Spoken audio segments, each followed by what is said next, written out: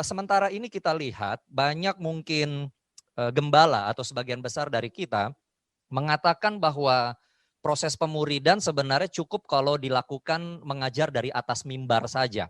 Jadi mimbar hari Minggu atau mungkin kebaktian tengah minggu ya, diberikan firman-firman Tuhan dan yang lain-lain.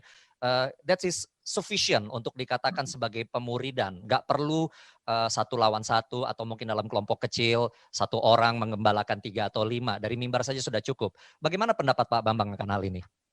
Makasih Pak Kris. Saya ingin menggarisbawahi sekali lagi, saya tidak anti program, tidak anti kurikulum. Program diperlukan, kurikulum diperlukan, tapi jangan hanya itu. Fokusnya harus kepada peneladanan hidup, ya, perjalanan hidup bersama-sama, jangan hanya berjalan sendiri. Nah, berkaitan dengan ya, pertanyaan yang kedua ini, saya ingin menyampaikan, jadi dalam hidup kita ini ada beberapa indera, ya. Kita belajar lewat indera-indera kita. Nah, salah satu indera kita yang sering kita pakai adalah telinga ini. Jadi kalau kita dengar orang ngajar di kelas, ngajar khotbah di mimbar, biasanya dia masuk lewat telinga ini.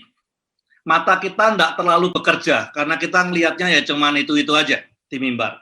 Tapi telinga kita menampung semua informasi. Dan semua informasi yang kita terima itu, dia mengendap di belakang, di otak, di belakang kepala kita di sini. Ya. Dan kemudian, dia bisa lama sekali di sana, bertahun-tahun atau puluhan tahun tetap di sana. Ya. Saya pernah dulu naik pesawat yang paling panjang, paling jauh, dulu sebelum zaman COVID, ada pesawat yang langsung dari Singapura sampai Newark di Amerika Serikat, 18,5 jam di atas udara terus. Orang bilang itu paling lama katanya. Cuman sesungguhnya perjalanan yang paling lama itu bukan Singapura ke Newark, tapi dari kepala sini sampai ke hati. Ya. Apa yang masuk di telinga seringkali berhenti di kepala, tidak merubah tingkah laku. Orang puluhan tahun ke gereja, dengar khotbah tiap minggu, hidupnya tidak berubah ya banyak. Ya. Masih tidak jadi saksi di dunia, masih tidak taat firman Tuhan dan segala macam. Jadi kalau kita mau sebagai pendidik, ya kita pendeta juga pendidik.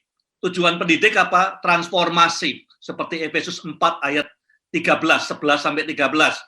Tujuan pendidik adalah transformasi, ingin melihat yang dikhotbahi berubah. Semakin banyak indera mereka yang kita pakai, semakin besar kans untuk sukses.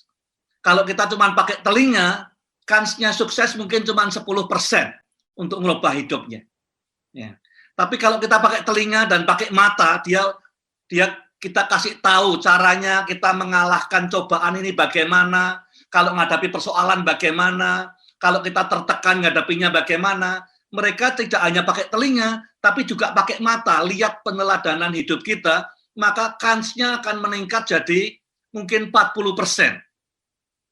Kemudian kalau kita misalnya tidak hanya pakai telinga dan pakai mata, tapi izinkan mereka ngalami sendiri, kamu coba nolongi orang lain, mempraktekkan sendiri nolongin orang lain, maka kansnya jadi 70% untuk berhasil. Nah, kalau kita mengandalkan hanya mimbar hari Minggu atau hari Rabu malam tengah minggu, maka kans kita berhasil untuk merubah hidup orang, menurut teori pendidikan mungkin cuma 5-10%. Kita pakai mata dan telinga, peneladanan dan telinga mungkin 40%. Diajar sambil kelompok kecil 40%. Tapi kalau mendengarkan, melihat peneladanan, tapi juga diberi tanggung jawab untuk memuridkan orang lain, maka kemungkinan untuk merubah hidupnya mungkin 70-80%. Jadi terserah kita. Jadi ini diketahui oleh orang-orang pendidikan semua. Cara merubah orang harus gunakan sebanyak mungkin indera mereka. Saya kira itu jawaban saya, Pak Kris.